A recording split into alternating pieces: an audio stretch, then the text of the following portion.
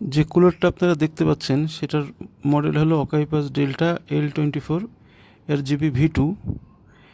এই কুলারটার দাম 5,100 টাকা পড়ছে আমার স্টারটেক থেকে নেওয়া। সেটার ARGB এফেক্টগুলো আপনাদের একটু দেখাই দিই।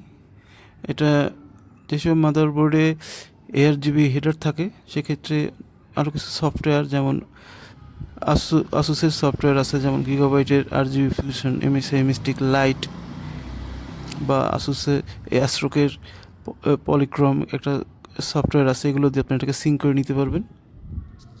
তো RGB এফেক্টটা এগুলো কিন্তু খুব চমৎকার। আর এই কুলারটার খুব একটা মজার বিষয় আছে, এটা আমি এই ভিডিওর পরের অংশে আপনাদের শেয়ার করতেছি। তবে RGB এফেক্টগুলো বা কুলারটা সাউন্ডও বেশি একটা করে না, খুব চমৎকার একটা কুলার এটা অল্পের ভিতর। অকাইপাস ডেল্টা L24BK RGB-V2 কুলারটার একটা বৈশিষ্ট্য যেটা বলছিলাম আমি,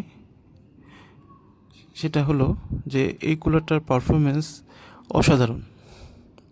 প্রাইস ওয়াইজ এর পারফরমেন্স অসাধারণ। আমার পিসিতে 7800X3D প্রসেসর আমি ইউজ করি। তো এই প্রসেসরগুলো নর্মালি M5 প্রসেসরগুলো বেশি হিট হয় যে কোনো অবস্থাতেই। তো মজার বিষয় হলো এটায় যে সিনেবেঞ্চের যে লোড টেস্ট, মাল্টি কোরের যে টেস্টটা থাকে, সেটাই আমি হায়েস্ট টেম্পারেচার পাইছি আপনার 78 ডিগ্রি থেকে 80 ডিগ্রি, যেটা পিয়ারলেস অ্যাসাসিন বা এই রকমের কুলার দিয়েও আপনি 82 ডিগ্রি বা 83-84 ডিগ্রির নিচে কখনো নামাতে পারবেন না।